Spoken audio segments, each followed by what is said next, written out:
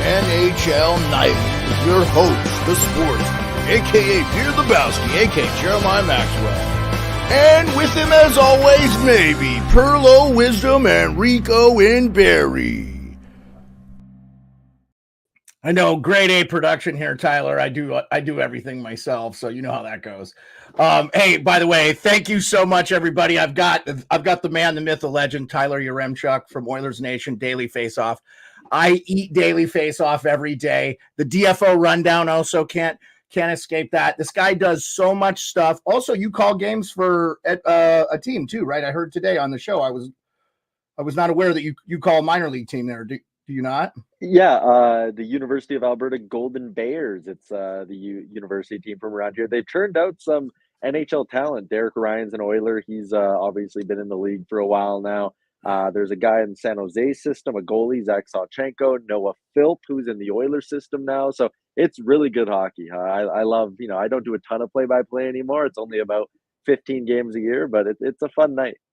Well, dude, you have the gift for gab. You're an excellent talker. I could listen to you talk about hockey all day long, and that's why we're having you on. But we had you on last November, the 9th to be exact.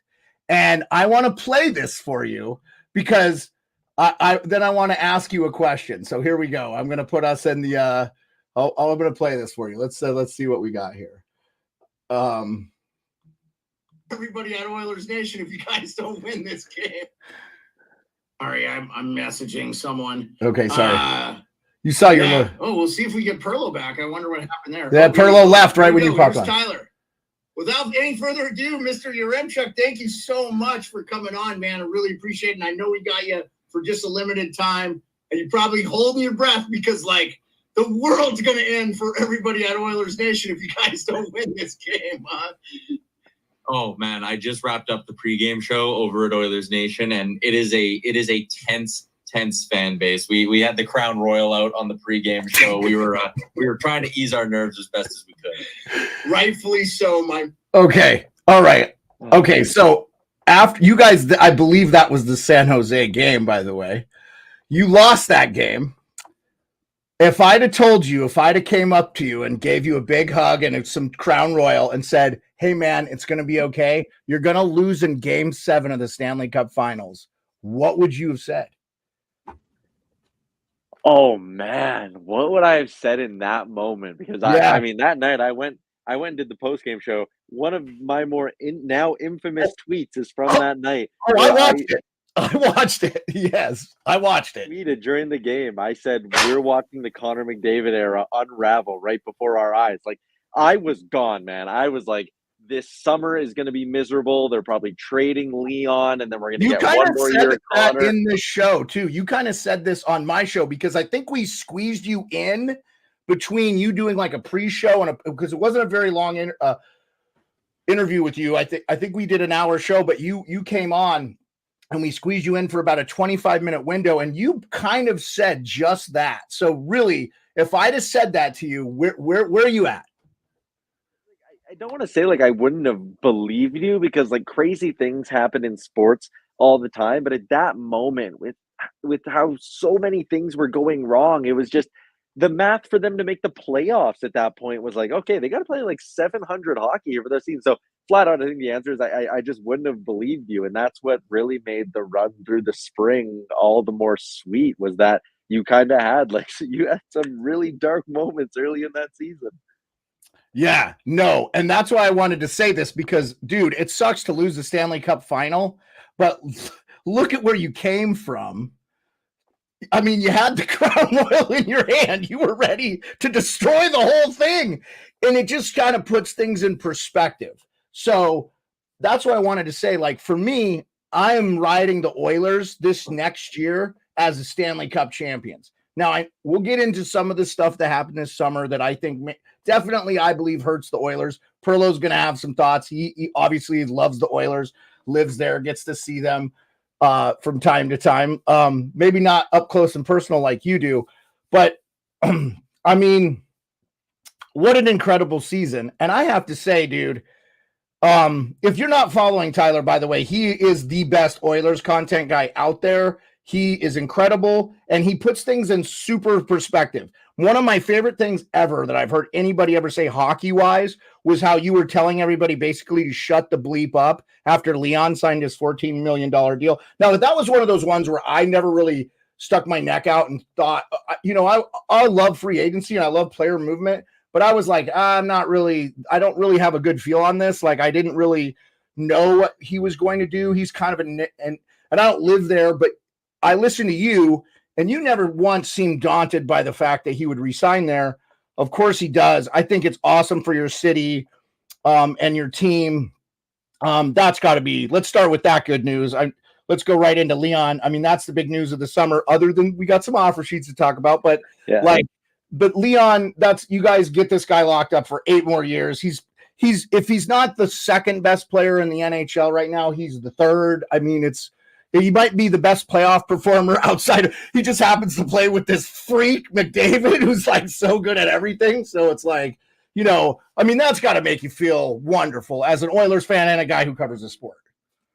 Yeah, it's great. And listen, I'm on the younger side, obviously, of Oilers fans, but just talking to people who've been fans of the team their whole lives, they know. I mean, everyone knows the Gretzky thing. That was a little different, but like the people who are older than me know about the Bill Guerins and the Doug Waits and the Curtis Josephs, and having these guys who were stars, and you had to watch them leave Edmonton because the Oilers couldn't afford them, or these guys didn't want to sign in Edmonton. And now to have a true bona fide superstar in Leon Draisaitl put his hand up and say, I'm not going anywhere. This is my city. I love it here. That means a lot as an Edmontonian. Then as an Oilers fan, it's like, yes, you get Leon. That's one fist pump, then a double fist pump because Leon does not sign if he doesn't sit at the cottage with Connor this summer and say, you're good too, right? So the fact that it's Leon, yes. The fact that now you can kick your feet up and you can just laugh at the trolls in Toronto who love to do the McDavid and the Leafs thing, you can just laugh because Connor's not going anywhere either.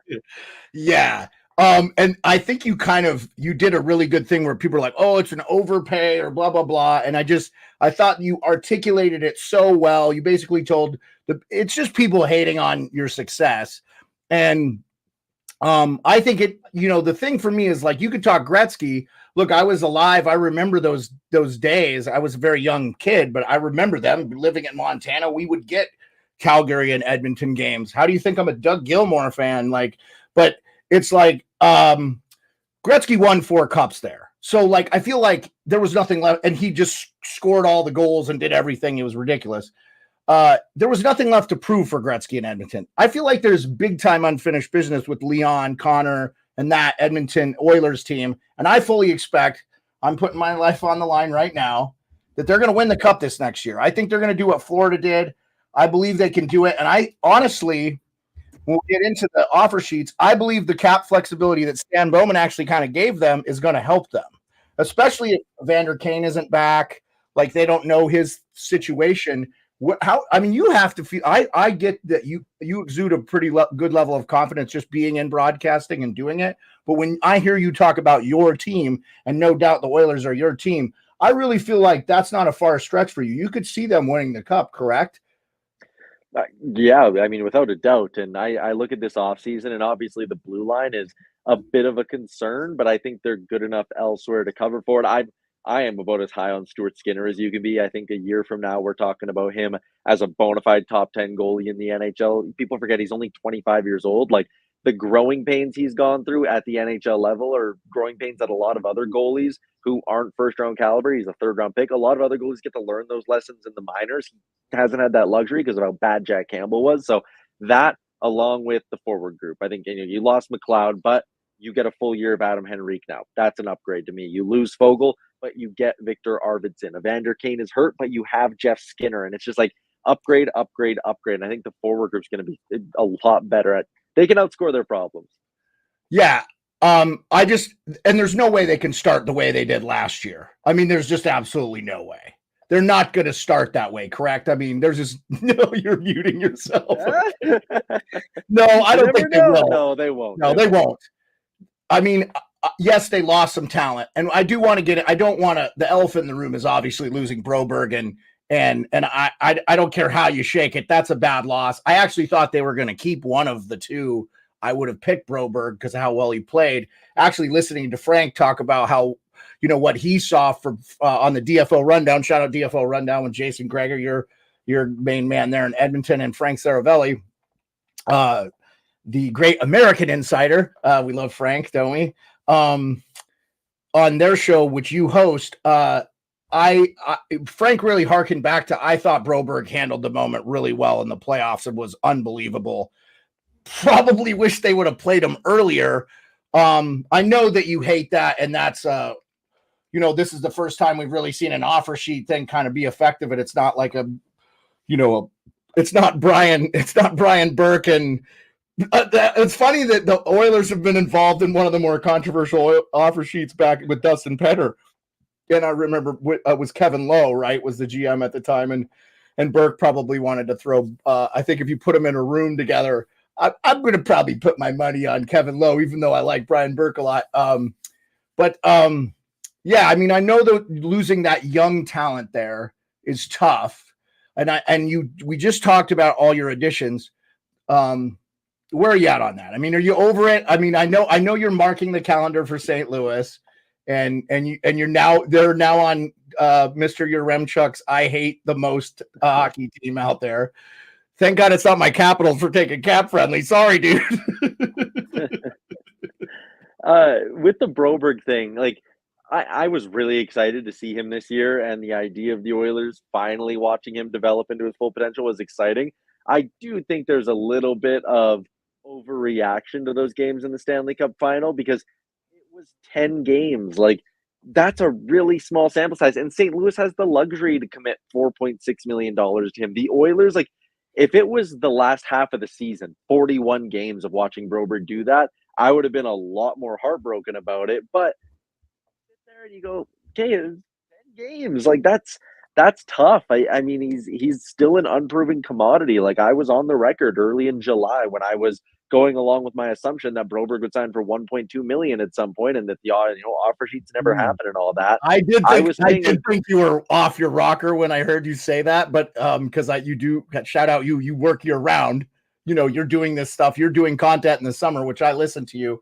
But I get it, man. Like, it was unprecedented offer sheet, right? Yeah, for both guys. And for Broberg, like I even said, it was a risk for the Oilers to assume Broberg could handle top 4 minutes next year. Like, he did it for 10 games. Like, that's crazy to think that, like, oh, next year 82, throw him on the right side. But let me push back a little bit on the 10 games. You're talking about the Stanley Cup finals. There's no more heightened hockey. Your attention to detail and level of play has to be so on point during those games. You know what I'm saying?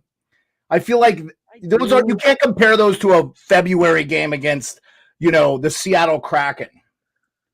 Yeah, but even then, like, okay, Stanley Cup Finals, like, you're so dialed in, your adrenaline's going, like, all of that, like, doing that for 60 consecutive games in the regular season, it is tough. So I do get, like, again, Stanley Cup Final games are worth a ton, obviously, and I do think Broberg's going to turn into a really good everyday defenseman, but that's just why, again, people are after the offer sheet. We're like, the Oilers blue line, it's screwed. And it was like, whoa. Before the offer sheets, it was also still kind of screwed. They were just making a different kind of bet with Philip Broberg versus what they're doing now, which is, a handful of veterans that they're hoping can just hold on and bend but not break until the trade deadline. Yeah, and that's the great thing is you now have some flexibility at the trade deadline, and depending on if Evander Kane is healthy during the year, you guys might be able to add another piece. I did read somewhere like yesterday or today, the Oilers are trying to get a top 4 right shot defenseman, and I was like, couldn't they have said this for like this last 7 years? Like, that's just a blanket Twitter thing you could put out and just be like, yeah, we're looking for a top 4. Right? You and every other team, buddy. Yeah, it's like, hey, the Oilers are looking to make a trade for the start of the season to fill up their biggest weakness. And it's like, yeah, every team I'm sure is, but find me the team right now that's like, we have a really good top 4 defenseman and we don't want him anymore. Like, it's September. That stuff happens in March or February. Yeah. Yeah. Well, and I do think there'll be a chance. And then, I did a little bit of research about the kid you brought in from San Jose, and his analytics look really good. And I think anybody that would have been a good defensive player, our boy Hot Take Hockey has been trying to manifest who's the guy that's really good there. I can't think of his name. Johnny Lazarus had him on his show. Colby and Johnny. the great guy. I can't think of his name for whatever reason. It's killing me. Maybe Perlo. Mario Ferraro. Mario Ferraro, there you go. And he's been my bud John Viveros Hot Take Hockey's been trying to manifest Mario Ferraro to the Leafs. If the San Jose Sharks would less like to offload Mario Ferraro, it's like he's really good. And this Ederson, say that again. Edmondson. Oh, sorry, not. Go ahead. EMB, Emberson, yeah. Emberson, there you go. Emberson from San Jose. Yeah. So he could be an interesting guy. I will say this, and I think Steve, and I'll let Steve ask you some questions too. Jeff Skinner is not a good two-way player.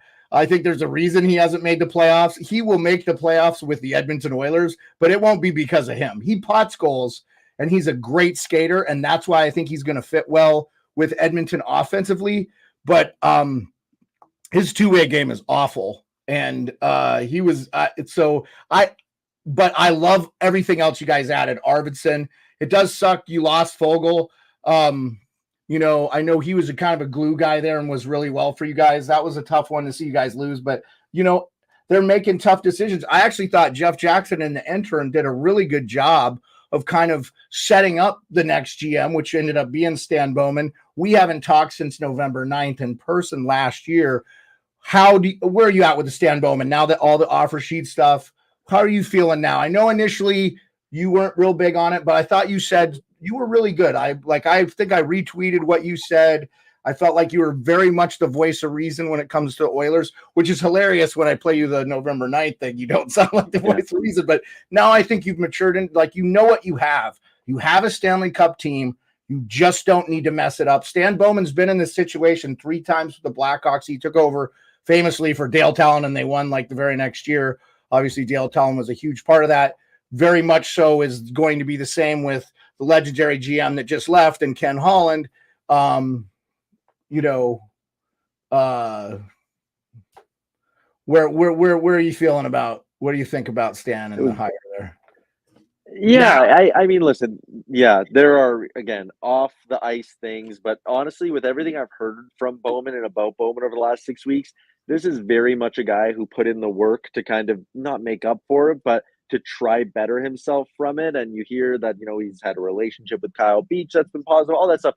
And again, active in the community. I'm very confident Stan Bowman will be good in that regard and is honest in his attempts to be better from it. So that's not a concern for me. What is his ability to be a GM and what we've seen so far. Okay, the offer sheet thing, I thought he did well there. He went and made the deal with Emberson, and he didn't match, but then also got that extra 3rd round pick. Yeah, got a little extra. St. Louis. Yeah, so like I like that. Okay, that was like a pass for me. I give him a good grade for what he did there because again, it would have been easy to just say or cross your fingers and go, Evander Kane's going to be on LTIR. Let's match them both and hope this works out for us. And it's like, okay, that wouldn't have been smart. And then now they don't have to they don't have to put Kane on LTI because of what he did. You know, that's a brilliant thing. I love it because he sat there and instead of just being like, I think a lot of GMs would have been like, okay, I got the offer sheet thing. I'll handle this and then I'll move on. But he went, no. Let's make this CC trade. Let's make St. Louis give us more assets because now we're in a position to match. And now you're at the point where you're accruing cap space up until the deadline. You can make a big splash at the deadline. And then if Evander Kane needs LTIR at that point, you can make an even bigger splash at the deadline. So I love the flexibility Bowman gave himself. And again, like I wasn't a big Cody Ceci guy, even with Ceci in the lineup, even with Ceci and Broberg in the lineup, their blue line was a question mark and they would have had to do something at the deadline. Now you can do something at the deadline and you have flexibility. So early returns on Bowman, fine by me, but it's a long game when you're a GM, right? Like if you go 4 for 5 and there's one move that's just brutal, that's going to affect you. So I need to see the consistency from Bowman. I'll make you a deal. Next year, this time we'll talk again, and you'll be getting off your Stanley Cup hangover. You'll have partied your ass off for the whole summer, which I will be so happy for you. And then I want to hear from you because we'll have the draft and free agency and we'll revisit it. I think that's only the fair way to look at it. He really hasn't been the GM for more than a couple months, and he got put into a talk about out of the furnace and into the fire for Stan Bowman to deal with these offer sheets. So I thought he handled it really well. And you again summarized it with the cap flexibility and stuff. You said it on, check out Tyler's socials. If you're not following Oilers Nation and you're an Oilers fan, I don't know how you don't know about it, because it is the best show out there. I watch it, and I just am a casual fan of hockey. Like, I love the game. This is the best team in the NHL right now. You're getting to cover it. I think it's awesome. You grew up rooting for the team. That's got to feel like a dream. You got to sometimes go, I get to talk about the Oilers all day. Like, that's so cool. Yeah, I had a really cool conversation earlier this last week with someone who works in our company, and they were like, "So, what do you want to do? Like, what's your end goal?" And I was like, "Well, honestly, from when I was like 12 years old on, all I ever wanted to do was host a talk show and talk about the Edmonton Oilers. And it just so happens that like everything played out really nicely for me, and I got to do it by the time I was like 25. And now I'm like, I guess I'm just gonna do this for a long time. But it's great, man. And the way the nation works too, it gives me the beautiful balance of like I go out on the road, I put on my suit, I sit in the press box. I was at media day for game one of the cup final. Then I come home and I tell them like, hey guys, I'm going to go to the game with my dad. I'm wearing my Nuge jersey tonight. And they're just like, yeah, man, that's authentically you. Like they let me be myself, which I'm just so grateful for. I don't need to like nothing drives me crazier. There's media guys in Edmonton who are Oilers fans. They love the Oilers, but they put on their suits and they act all highbrow. And they're like, no, we're above that. We're media. And it's like, man, I'm very lucky that I just get to be me. Yeah, dude, honestly, it comes off very authentically. And I have to say, like, dude, you're fair about the Oilers. You're not just sitting there sucking them off all show. You're giving really good analysis. Sorry, I didn't mean to get you when you're drinking water there. I mean, dude, there's a level off that like homerism is good. I enjoyed listening to Jack Edwards. I'm not a Bruins fan, and we've got Avi Hoffman and the Chad, big diehard Bruins fan. And I just I liked listening to him because it was hilarious to me. It didn't bother me, but I also felt like you're also Andy Brickley is one of the best color guys, and you're getting good stuff. Now I have over my shoulder actually to talk a little bit about your Edmonton Oilers fandom. I will always be a Jack Michaels fan. Jack Michaels called the Last Aces. This is my wife's third Last Aces jersey. It's the last one we have left from our days of season tickets. I was listening to their games when I was in Iraq when they were in Game 7. They lost. This was a Kelly Cup Finals. They lost this one, but they won a year later when I got home. Like we didn't miss a game. I was at a 6 overtime game. Cam Keith scored the goal. Jack Michaels called the game. You ask Jack if you ever get a chance. I'm sure you've met him and talked to him in passing because you work in media. Jack doesn't know me, but we know Jack here and we love him. And I was so a few years ago, I ran into some Oilers fans on the internet and they were shitting all over him. And I didn't really want to tell him to be like, hey, go F yourself. This guy is awesome. He's incredible. I mean, he was so good at an ECHL level here. I will always be a fan of him. And I think if you saw his Chicklets interview, which he did not too long ago, they just released it. He talked about he actually made more money here working for the Aces than when he first went to Edmonton. Here's an American kid too, by the way. If you didn't know, Jack grew up, I think, in PA, right? I want to say. Yep. So, yeah, and he's unbelievable on the radio. And I know you guys have a lot of great guys. I used to love listening to Jim Houston. I know he wasn't an Edmonton specific guy, but he called a lot of the Canadian national broadcasts. You guys have it special there with Jack. I just have to say that you don't have to give me your opinion or anything. I'm sure you probably, Jack. Yeah, he's incredible. And his calls of some of McDavid's goals remind me a lot of my main man, Joe Beninati, with some of Ovechkin's early stuff, and like simply sensei, but like Jack is there and he's incredible. I hope he never leaves that market. Honestly, I think he's special. I think he's kind of carved out a good spot for him, and I hope he stays there. I'd like to see him do more national games for sure. But there's so many great broadcasters in Canada. It's like you guys just breed them. That's why I tell everybody half the actors in America are from Canada, so it's like they know how to train them up there, man. So the whole Sportsnet broadcast is so good. Like Jack and Louis together, Louis DeBrusque, Louis great local too. Guy, former they're so good. And I was kind of hoping his son would lucky. Consider signing with you guys, but I didn't think you had the cap space for him. And Jake, it would have been great. He would have actually been a really good fit. But yeah, man, we're lucky on a whole bunch of runs to have Connor McDavid and then to have Jack too. Yeah, that's awesome, dude. I mean, so I've only seen McDavid skate in the All-Star game and in the skills competition, and the one I was at was the one in Vegas, and he didn't win that one. Actually, Kyrou won it. But the thing that impresses me, and I don't get to see him in person like you do all the time, is we were talking about this with Colby Armstrong just the other day because Colby was on the show and he talked to Connor during media day that they just had this last week. And he was like, I just said, have you ever seen anybody? And he played with Crosby, roomed with him. Colby's been around greatness. I've never seen somebody move at the rate of speed that he does when he doesn't look like he's moving that fast, but he's passing everybody like it's nothing. And he can control the puck at that highest rate of speed. That's what's more impressive to me. I've seen fast guys, and we'll probably see guys faster than McDavid, I think, in the future. Maybe not with that stride, but I don't know if we'll ever see a guy that can control the puck at that high rate of speed. You get to see it's got to be just a dream all the time. It's got to be incredible.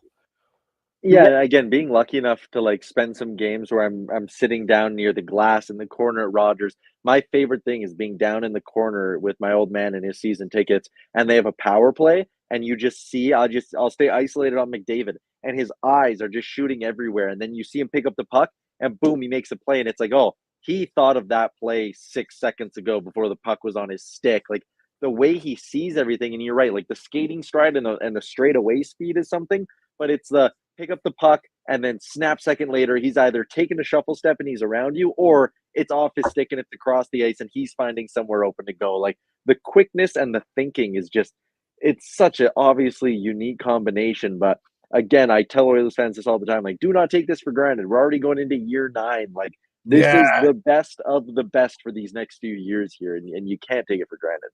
Yeah, no, I mean, it's awesome. I'm really happy you get to see it. It's like, I grew up in a little small area, Montana, and right up the road is this legendary NBA coach. He lives there, Phil Jackson.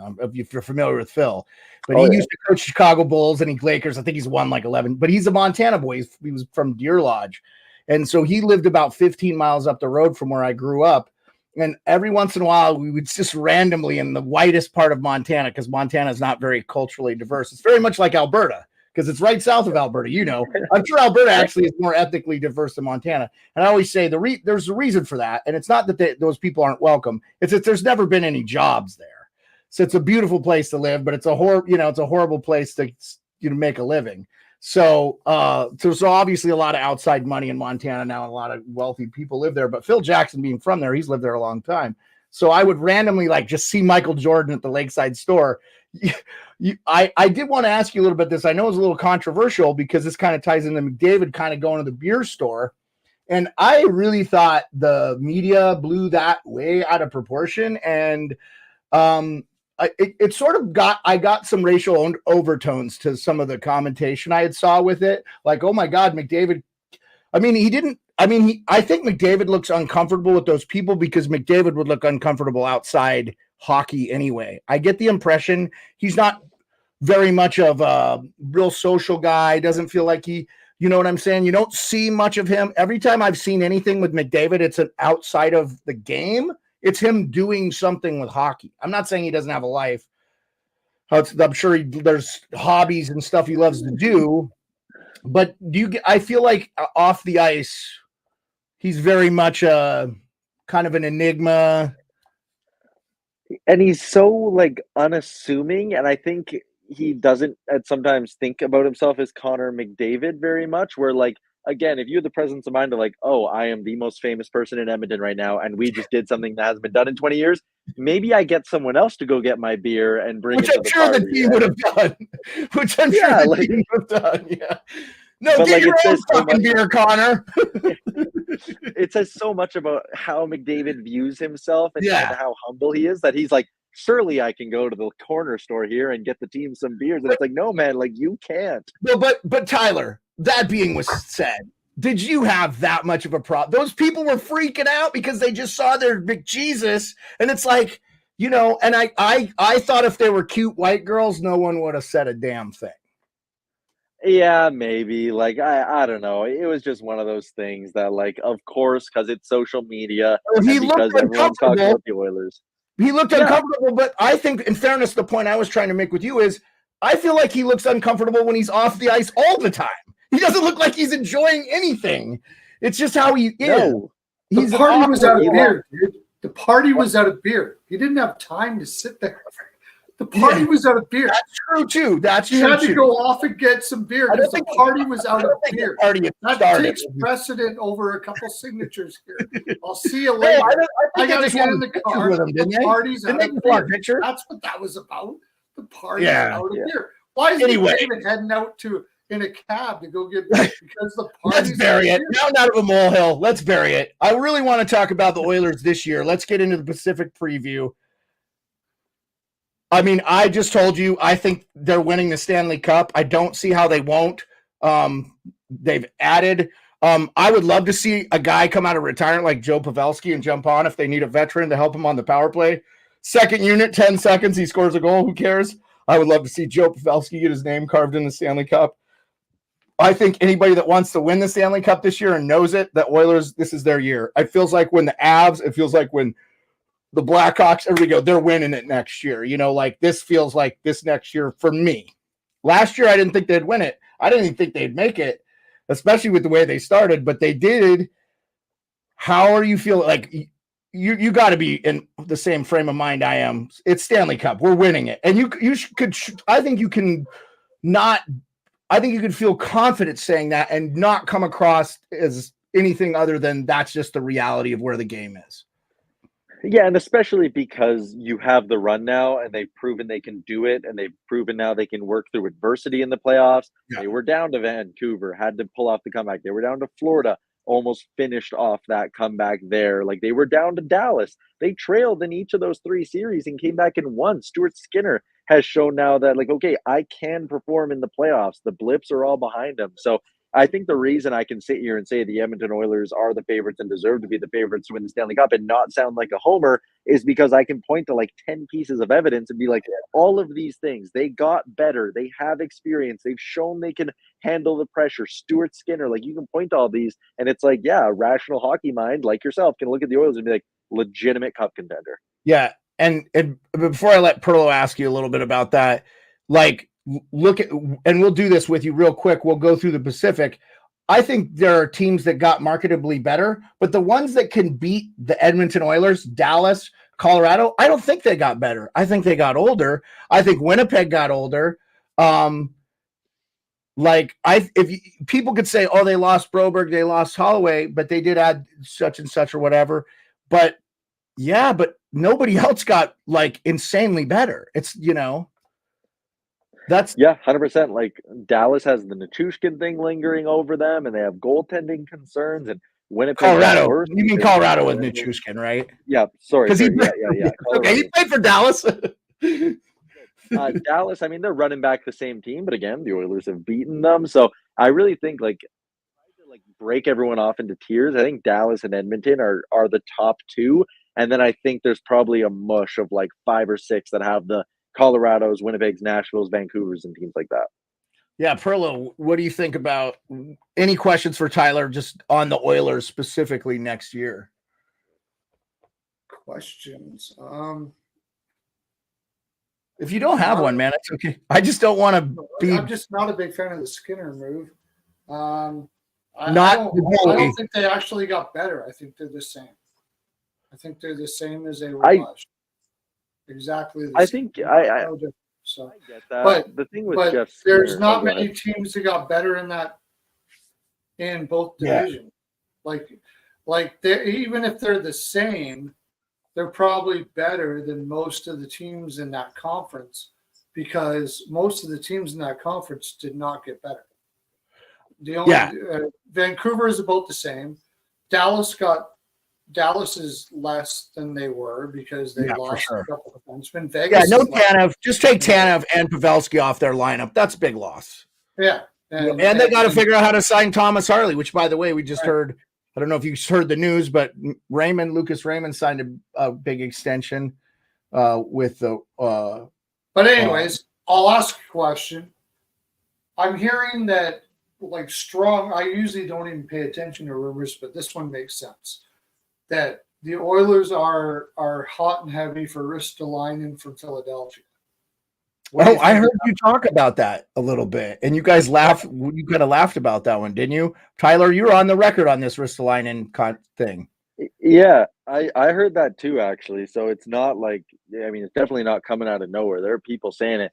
To me, my Yeah. thing is I just don't think it makes sense because I don't think Ristolainen's that good.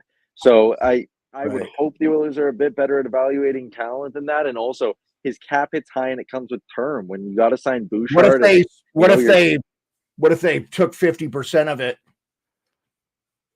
yeah, then you could make it work, but there would still have to be a contract going out the other way.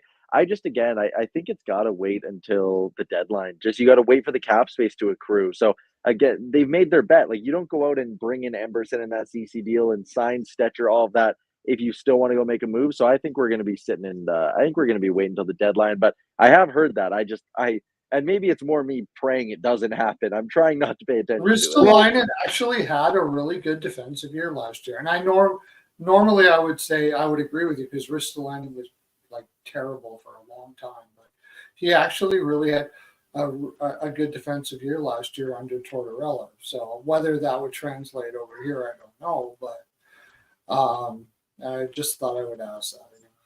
Yeah, so I don't disagree with what Perlo said as far as you guys might be the same as far as talent wise, but to me, nobody else got better. There's maybe one team in the NHL I think that can beat you guys, and that might be the New York Rangers, and that's simply because of their goaltending. If they get to the finals, because my wife is a Rangers fan, for the people that don't know that are listening, because we have a lot of listeners on Twitter and stuff. Tyler's bringing them out for us because he has a great loyal fan base and he draws thousands of Oiler fans a day to his site, Oilersnation. Check him out. Also on Daily Faceoff. I can't wait for you and Frank to come back. I know you guys do that at noon. So that's 8 Eastern. That's 8 a.m. here. I'm trying to get you to do it to 11:30 because then you won't be competing with Pat McAfee, Jim Rome, all these big shows in the U.S. Because everybody I know, I tell about Daily Faceoff. It is the way to start your day. Now, honestly, I get up at 5 a.m. to listen to Johnny Lazarus and Colby Cohen too. I'm a huge supporter of the Nation Network and your guys' shows. I can't recommend these guys enough. They're outstanding. So please check them out if you don't. Just because we're talking about the Oilers specifically. Okay, Ristolainen, that withstanding, we've heard the rumors. Excellent question by Perlo. You were kind of off on him, and I heard you say it, and I was like, yeah, okay, that makes sense, Ristolainen. No, I didn't. I would never, that's not a name I would have thought they would be looking for that that type of play that they're playing there in Edmonton, the game that they're trying to skate. Right now, the great website of here, hold on a second. I'll just pull it up because I'm trying to be the producer and the interview guy at the same time. This is what Tyler would do on his shows and their site, Daily Faceoff, best line pairings.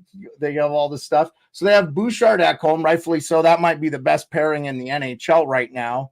I know that we're going to hear, yes, anybody with Makar, Quinn Hughes, those guys are great, absolutely. But I mean, I thought Ekholm and Bouchard were the reason Edmonton made it to Game 7 of the Stanley Cup Finals. They were really good. Nurse, I know Nurse had his share of problems, but I thought he really got his stuff together in the playoffs. I thought the addition of Paul Coffey really helped that defensive core. I'm sure you guys talked about it ad nauseum. Ty Emerson, we got to see what he is, but I think if you guys look at analytics, Perlo's really into him. This dude had really interesting analytics, and I think he could be a real nice find for them, considering that they did lose Philip Broberg, because obviously you'd like to see Broberg there in that 4 slot there or whatever. And then Stetcher, I've seen, a lot of us seen him play in, I seen him play in person in Arizona and thought, hey, this guy, I really like his game, so he's, he's kind of been the 7th D in the last few years. So you probably don't, but what's Edmonton they're not going to ask that much for their bottom pairing guys anyway. Right. I mean, those guys are going to skate maybe 9 minutes a night. So, you just hope it's not against Nathan McKinnon or, these lines that can burn you. You know what I'm saying? So, I mean, if there's a guy you could add to this blue line in the NHL, off the top of your head, you're Ken Holland, you've got the room, their cap, it's going to make it. Who's a defenseman? Who's a guy you'd be like, oh, this would be a guy I'd love to see on the Oilers blue line? Because like you said, until he forward help. But Yeah. So I mean, before he signed his extension, I was all in on the idea of let's go get Adam Larson and make that when reunite he with him. signed, yeah, Need I him. heard you say that. Yeah, he I signed. did. Yeah. I think I tweeted at you. And I was like, oh, Yaremchuk's going to be so bummed out because he signed a 4-year deal. There's a few names that I don't mind on the rental market this year. If Winnipeg falls out of it, maybe you could get a guy like Neil Pionk.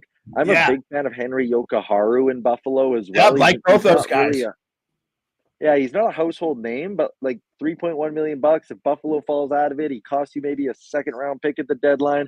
Maybe you go that direction, or maybe they go the route of term. I do think if you're gonna go the term route, you need to aim a lot higher. But what about a guy? Listen, I don't think they'd trade him to Edmonton, but if you could get Rasmus Anderson out of Calgary, he's got term. He's a He good would be great. defenseman. Yeah, he would be So awesome. those are That would be. those are the three names.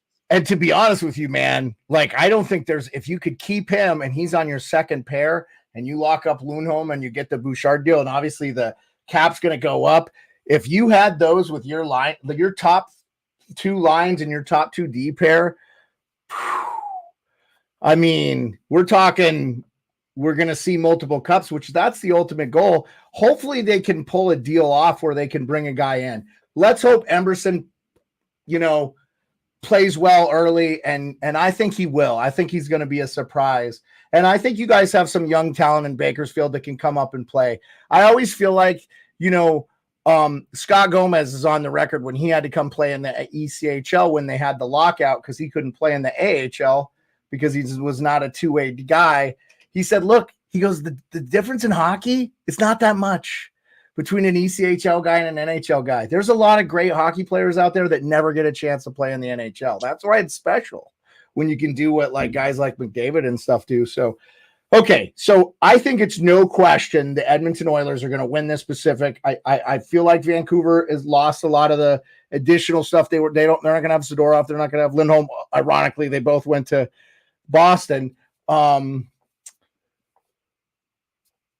Is that where you're at on the Oilers? Anything less than a division title this year would be kind of a disappointment. Can't start like we did. Yeah, 100%.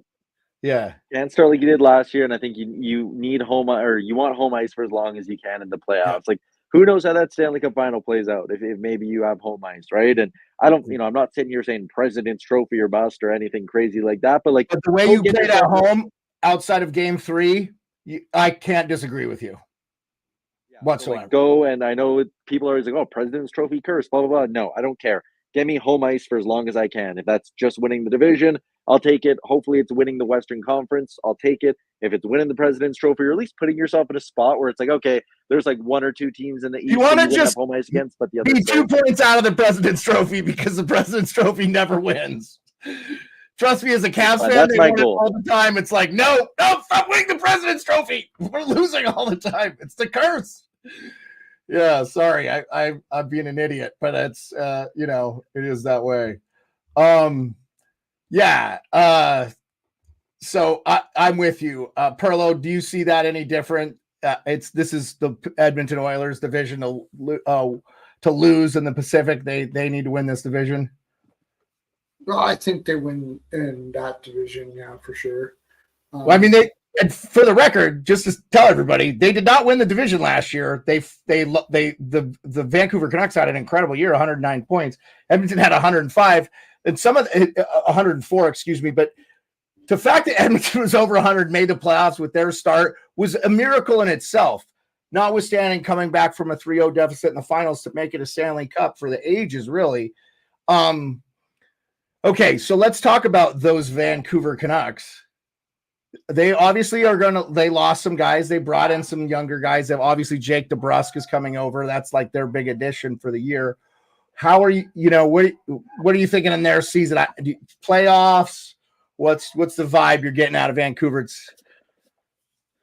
Yeah, I have them in that second rung down right after. So I think Edmonton's the favorite. I think Vancouver and Vegas will be fighting for home ice next year. I just look and, Vegas has gotten a little bit older. They've lost a couple of pieces. For Vancouver, the Demko health thing right now has got to be frightening if you're a Canucks fan, because if he's not on his game, like, that's obviously a massive loss. He's one of the best Yeah. goalies in the NHL. And also Yeah. last year, they were on a bit of a PDO heater. Like a lot of stuff went right for them last year. So coming off a year where a lot of stuff went right, now your roster is a little bit worse than it was last year. And your starting goalie and your star goalie is already on the shelf before the season started. It's kind of three big things working against them. So I do think they'll make the playoffs. I'm still there with the Canucks, but it won't be the same 50-win season they had last year.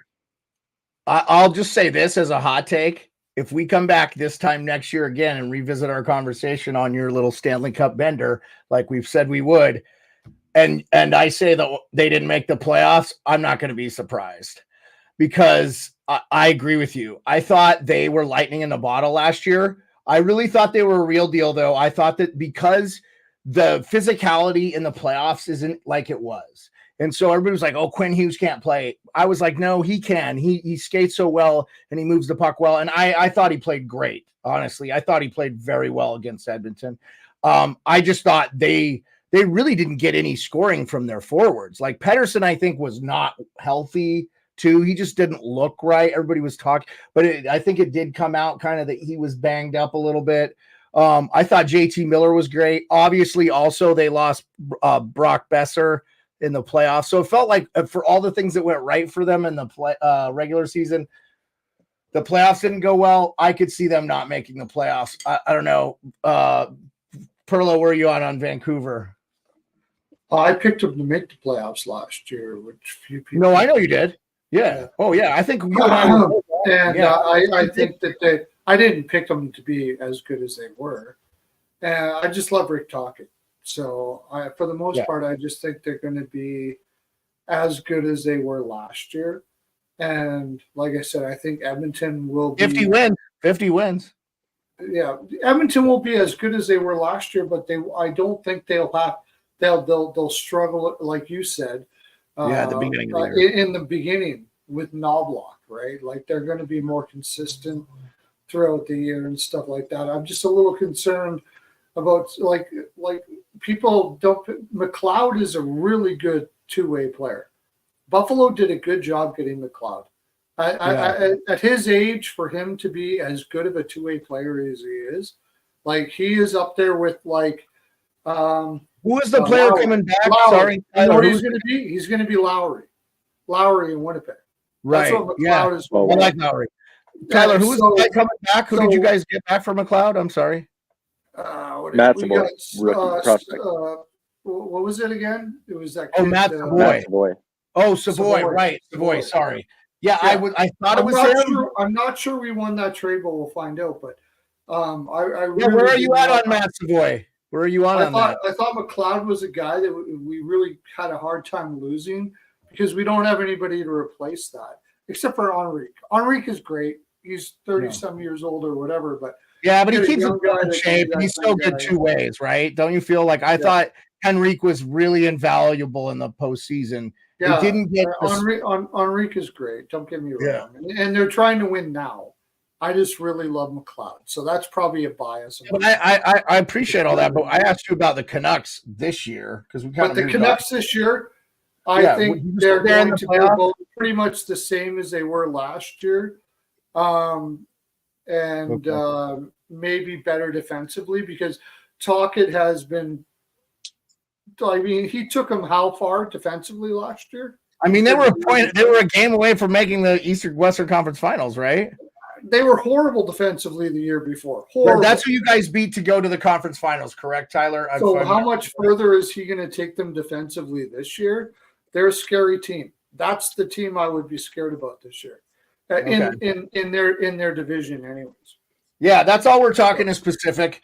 So I feel like Vancouver we answered. Tyler, let's talk about your favorite team, the Los Angeles Kings.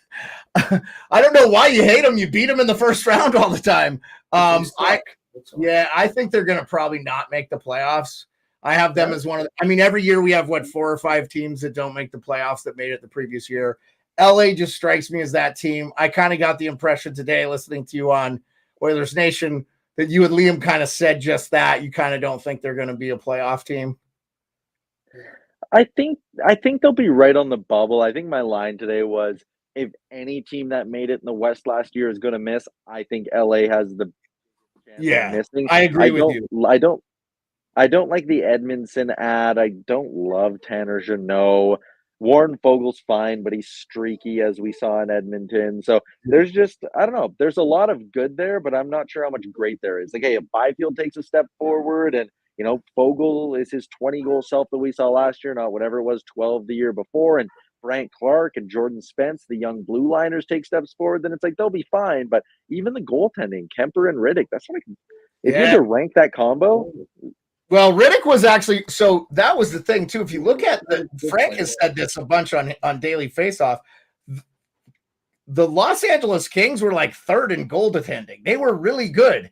They just couldn't score, and they couldn't score at key times. So Riddick was okay. Big Save Dave was okay. But I'm going to tell you right now, Darcy Kemper was absolutely terrible for the Caps. Charlie Lindgren, an undrafted college guy, stole the net from a $5 million goalie. I can't believe we got Pierre-Luc Dubois in the trade for that contract as a Cavs fan. So just to put this on the LA Kings, I would not be surprised if they missed the playoffs. And I think a lot of Kings fans would be okay with it, because we're starting to hear Rob Blake needs to go.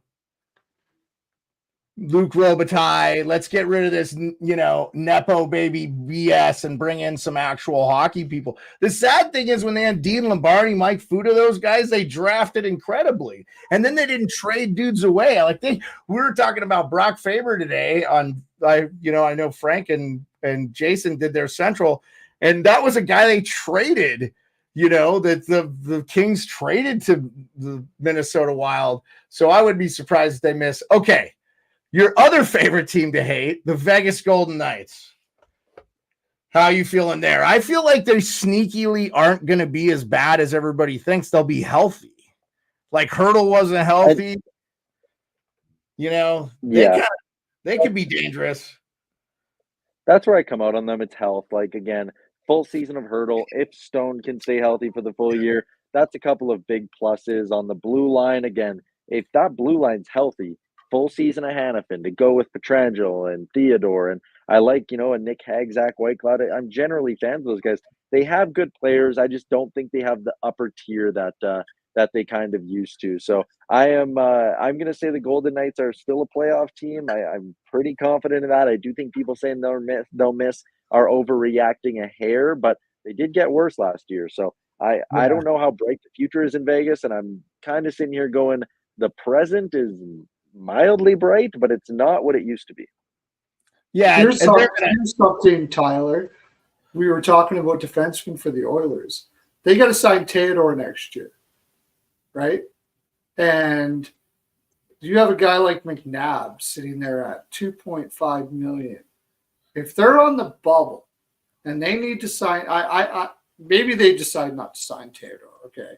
But if they want to sign Theodore, you got a guy like McNabb there in Vegas at the deadline, and Vegas is like kind of on the bubble. You know what kind of team they are. If they're on the bubble, they would trade with the Oilers? That's my only thing I wonder, because they have to view the Oilers as if you're going to offer up a first, they don't have much prospect pool there, and they got to sign Taylor. They got to get rid of cap. What's the 32nd first-round pick going to get you? You know what I'm saying? Not to, because you're going to win the Stanley Cup if you're the Oilers here. I'm just saying, I would question the, and I'm sure Tyler, you would too, that Kelly McCrimmon would pull the trigger on a trade with the Oilers just because. And the only thing that makes me nervous, Theodore's a lefty that can play the right side. If he hits unrestricted free agency, you back up the truck for him. But McNabb's a left shot, and he usually plays the left side. So I don't know if I love him as an Oiler. Well, let's look at. I'll take a look at it. That's okay. Let's while you're looking it up, we'll jump to the. I really want this team to be good. And by the way, props to the. We didn't talk about it tonight, but the Calgary Flames saying, sorry. The Calgary Flames fans did an unbelievable job honoring Johnny Gaudreau. Okay. And I just wanted to say that. And I just read an article today. God, I love the Canadian press because they cover shit I care about when it comes to hockey, about what they're going to do with all the stuff that people left there. Like, it's so awesome that they even have an article about that. So because like I was like, what are they going to do with all that stuff? It would be really cool if they put it into some memorial. I know Calgary will do it right. They were class. I want Calgary to be good because I love the Battle of Alberta. I think it's the best rivalry since the Red Wings Avalanche of the 90s, which I grew up with, which so awesome. It was the greatest rivalry ever. And with Matthew Tkachuk was with the Calgary Flames, and we had McDavid and stuff. And we had that one playoff, and it was a disappointing playoff because the games weren't tight and the Oilers kind of ran away with it. But where are you at with that? Where do you feel? I know they're a ways away and Calgary with the rebuild, but do you think that they can keep some games close and we can have some 2-1 Hockey Night in Canada overtime Battle of Alberta? They always play the Oilers well. Even when the Oilers were bad, they'd play the Flames like relatively well. So the BOAs should still be all right, but I think it's going to be a long time till Calgary's back in the playoffs. I think they might be pretty close to coming in last this year. That blue line is not good, and once they deal off pieces at the deadline, it's going to be worse. Like, there's no injection of youth really coming. They're a couple years away from guys starting to hit the lineup. So I think Calgary's going to be all sorts of terrible this year. By the way, it's 18:15 into Monday Night Football. I forgot about Monday Night Football, but you agreed to the time, so I was like, let's just do it now. I want to get you in. 18:15 who? 1850 Philly is winning. Philly. 18:15. I got Atlanta plus 5.5. That is 1-8 for the Eagles and 1-5 for the Atlanta Fail Clowns, as they call them on the channel. I'm going to be sweating Atlanta here. Okay.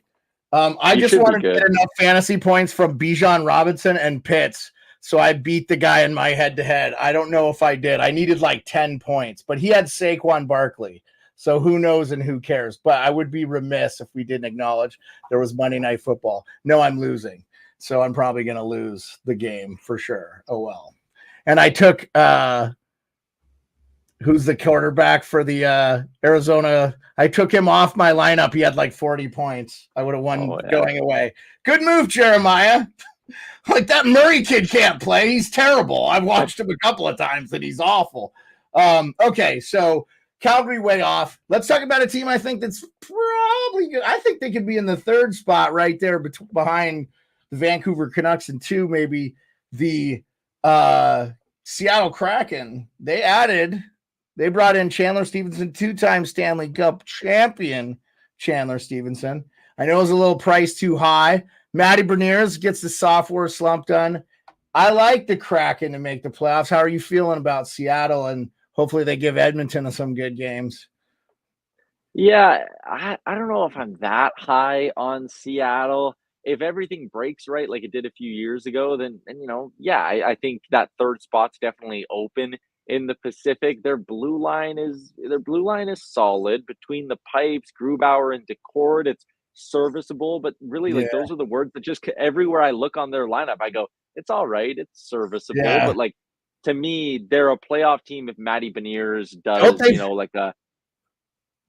got to do like the Jack Hughes, Nathan McKinnon thing, where like in his third or fourth year, it's just like boom, he is a superstar. If he does that, I like him. If he doesn't do that, I just think they're too average. So I kind of liken the Kraken to the Islanders of a few years ago. They don't really wow you, but the difference is the Islanders have Sorokin, who's really, really good. And, Philip Grubauer came up through the cap system. I'm very aware of his game. He won a Stanley, did he not? He was going to be on Colorado and probably would have won a Stanley Cup with them and decided not to. So I don't know, but he got paid a lot of money. So good for him. I mean, you could have your name on a Stanley Cup, but I'm with you on that one. That's easy. Okay. So I want to get to Anaheim Ducks because today you had Annie O.D. on your show. And I secretly have been trying to get Annie O.D. to come on. She doesn't respond to me. So I don't know, your producer, whoever, I will get you whatever you want for your nuptials coming up here. I got to get this girl on. I want to talk hockey with her. She seems cool as hell. I'm not much of a TikTok guy, but that's where I discovered her. I think she has a ton of fans there, but she just started her own podcast, Cherry Bomb Podcast, Hockey Podcast. She's just cool, and I want to talk to her. And I've I can't get her. I've DM'd her, and I don't want to become a creepy weirdo because she's like, I'm significantly older than most people that do this YouTube stuff. So, like, but I do throw it out that I am married and my wife is a huge Rangers fan. And when the Caps Rangers play, we affectionately call it the Divorce Cup. So I love hockey, and all that stuff is like, you know, and I love the people in hockey because to meet people like you and Frank Saravelli and Christine Simpson and James Duthie and John Shannon, just some people I met at the Hall of Fame and when I went this last year, just like incredible people, man. And so I love talking with them. And I really want to talk to Annie, and she's an American girl. She's a Southern California. She's a big Anaheim Ducks fan. Just to talk to another Ducks fan because I'm really excited about this team. I talked to Pat Verbeek actually at the Hall of Fame and was like, man, I love what you're doing. That Pittsburgh game, we talked a little bit about this with Colby Armstrong the other day when McTavish had, I think, a shorthanded goal 5-on-3, and they beat Pittsburgh in Pittsburgh, which just warms the cockles of my heart, because, as a Cavs fan, the Penguins it's like the Battle of Alberta, right? I mean, Cavs-Pens is probably the other good rivalry. I just get tired of seeing it. Because I feel like the Crosby Ovechkin thing is the dumbest comparison ever. I don't know. I just don't like the comparison. It's like they don't play the same position. Everybody forgets Crosby played with like 7 Hall of Famers. I would say Ovechkin's maybe, you can count Sergei Fedorov. But who else is the Hall of Famer that he's played with? So anyway, we're going down that rabbit hole. I just wanted to say Anaheim Ducks. How are you feeling, Anaheim Ducks? It's 21-15 now, Perlo. I don't think you're going to get your. If everything breaks right for the Ducks, they'll push, and that is, Dostal and Gibson give them plus goaltending, and they got to trade Gibson, right? I mean Fowler too, right? We keep hearing his name. He's going to get traded. Yeah, Gudis is going to be the captain, which I actually liked that. The young kids hit Carlson. Zegers needs to bounce back. But if Carlson and McTavish and if Cutter Gauthier is legit, then it's like, okay, if those guys are 50-plus point guys, then I like their team. But it's a lot of ifs. Yeah, they got to be healthy. That's been the big thing. They lost Carlson, they lost McTavish, so they need health. Maybe I will. I don't know. They're running the ball here. If you guys are listening in, it's 21-15. There's about a minute 20 left in the game. So the Falcons are driving. We won't do this on a Monday night, Tyler, next year. So you can enjoy the game. Because I was like, he's a football fan. Is he okay with doing it? And I was like, I'm not going to fuck with him. He just agreed to come on. So I just wanted it to be convenient for you, man, because I know how busy you are. And my schedule's wide open. And then being in Alaska, I'm 2 hours behind you. So it's like 6. It doesn't matter. I would have done it at 2 a.m. If you would have been like, I'm free at like 4 a.m. I'd be like, all right, 2 a.m. I'll get up. Sure. I'll be up, whatever. It's all good. So yeah, I'm with you. I really, I kind of look at the Sharks the same way. That kind of, obviously they're going to have a bunch of infusion. The thing that's going to be great about Sharks games is watching the next, right? You're going to see Will Smith, Macklin Celebrini. That's going to be really cool to see these young kids get to play against probably their idol, Connor McDavid. What do you think there? Yeah, I mean, the Sharks, at least for Sharks fans, they're through the real painful part, which is when you're both old and terrible. Now, at least you're going to be young and terrible for a bit, but that's fun. There's hope. There's excitement to that. So Sharks fans will have a much, much better time this year than they have in the past. I know it. I lived through it with the decade of darkness and the Oilers. Yeah. These years are good for Sharks fans. You'll enjoy these. You'll look back on these fondly, getting to know Celebrini and Smith. So they'll have fun. They just won't be good. And when you say the dark days of Oilers, to finish out the show here, are you talking like the Kelly Bookburger years when he was the captain and stuff? Ooh. Even after? No, I was too. That. You're too young for that. You're too young You're too young for Kelly Bookburger. I love Kelly too. Fun fact: my brother-in-law is named after him. But anyways, I was born in '97, so my primitive years. You're born in '97. Same age as Connor McDavid. Oh my god, dude! Is that why he has 97? Because he was born in '97? Yeah, dude, Tyler, that's a testament to how you carry yourself. I knew I should have known you were like 27, and I think I've heard you say it, but I'm like, no, he's like a 30-something-year-old guy. He's a super intelligent, awesome media, like excellent host, dude. When they wrote the mold for hockey host on the internet, you fill it, my man. One can be, I aspire to be you, and I'm 20 years your elder.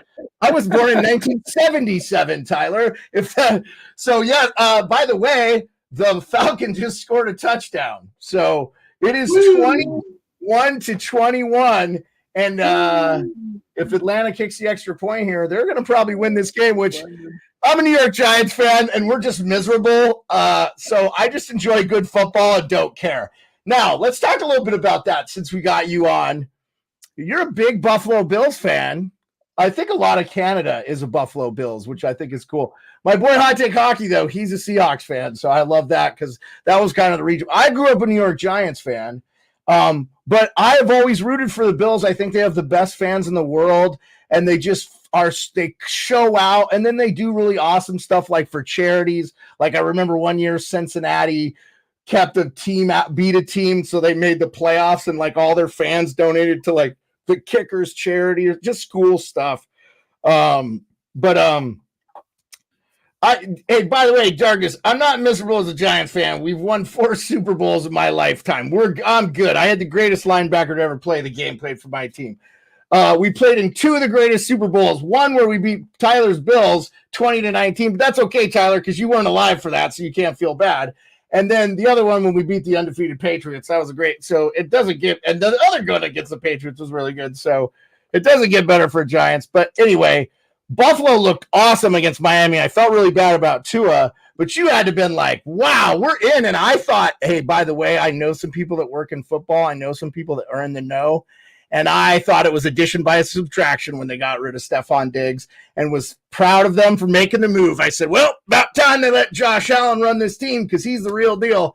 And the Giants could have drafted him, but they did not. Decided to draft Daniel Jones. Good call on that one, gentlemen. Anyway, that's why you're not the GM anymore. No, man, like I really feel like this could be, wouldn't it be apropos the Bills win their first Super Bowl and they stop a team from going 3 in a row? Which I think a lot of America right now would appreciate. I think the Chiefs are kind of persona non grata now. Everybody's tired of seeing them win. So you know how it is. Everybody loves them at first. Now they're like, refs cheated for them. It's like, dude, it sucks, but it was really pass interference. I mean, looked bad. So what are you going to do? But that, I think a lot of it is more the gambling aspect. You're dealing with that. You have to deal with companies, Bet365 and stuff. Not talking bad about them. We do a lot of gambling. That's what Perlo's here for. He's a gambling guy. You're like, and then Rico, my other host who couldn't come on tonight, he does shot props. He plays in a beer league, and he also speaks French. So we've got that covered. And then my buddy Mike, who didn't come on tonight, he was gonna, but we had already started. We're gonna do college stuff together, and I go to the Frozen Four with him, and we met up last year, and then we're gonna do it again this year. So of course, I repped the daily Faceoff hat when I shot Kent Hughes. You guys shouted me out. That was awesome. Of course, I'm going to rep you guys. I think I'm in good standing with some hockey people, so I try to be friendly and gracious, like everybody is with their time. Like you've been with yours for this last hour, so I really appreciate. It was nice that we didn't have to rush off because I think I want to kind of equate this. I think people watch sitcoms for years. My wife still watches MASH and stuff, and if you ever saw those actors, you'd be like really friendly to them because you let them in your home. Dude, you're on my screen every day. So it's like I have you at my house. Like I anticipate when I get to Edmonton, I already told my wife, hey, I'm getting a room at that Marriott that's connected to the thing right now for the Stanley Cup so I can be there for the Stanley Cup finals. And I'm going to go have a beer with Yaremchuk. I don't drink, really. I don't drink here. But I will drink with you, or we'll have something else, an edible or something. I love it. What's the general area that you live in, Tyler, in Edmonton? What's the general area? I'm out in St. Albert, so I'm out in the burbs right now. I got a house in St. Albert. That's where I met Caroline, my wife. Nice, dude. That's awesome. So you're not in the heart of the city, which that's nicer to get out. And you grew up there, so you know all the neighborhoods. You know where it was nice, where you would feel comfortable. You're like, when I get older, that's the neighborhood I want to live in. right? Yeah, I love it. I got a yard. I'm not like crammed in the city. I'm a bit of a house cat. I like sitting in my basement and mowing my grass on the weekends. I live in the Oxford area right now, so I'm like 15, 20 minutes away from where you are. Yeah. That's you're like me, Tyler. I lived in the city, and I still live in a city. Anchorage is about 350,000 people, but I mean, I think Edmonton's about 1 million, right? Yep, 2 million, 1 million. almost 2 million now. So yeah, it's I just I live on a lake in a city on an acre of land, and in the winter, this is my view. And so I have more than I ever could want. And that's nice. I'm like you, man. I'm getting to talk hockey for a living. I'm not making any money doing this, but I call it my job. And it's way cooler when I get to talk to people like you. I so appreciate you giving us like an hour of your Monday night. Will you hang out just a little bit after we end the show? I just wanted to talk to you about some personal stuff. Totally. But I really wanted to thank everybody for coming out. Obviously, Tyler Yaremchuk, Oilers Nation. Check him. Now they're Monday, Wednesday, and Fridays now. They're back. Him and Liam. They're awesome. They kind of remind me of like a hockey Laurel and Hardy. It's awesome. They're funny. That you could tell they're friends and they have a great rapport.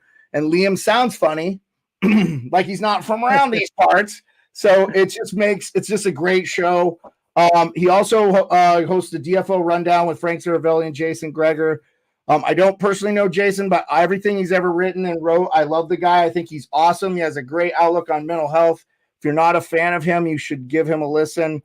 And then I love Frank. And then, of course, Daily Faceoff did every day.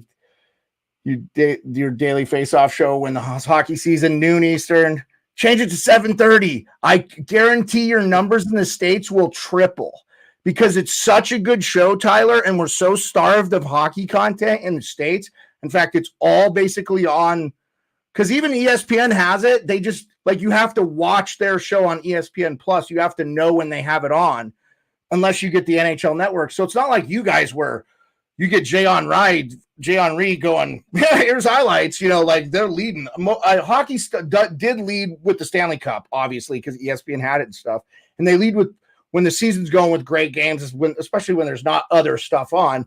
The NFL is like how you and I love to cover hockey. That's how it's covered here. It's all NFL all the time.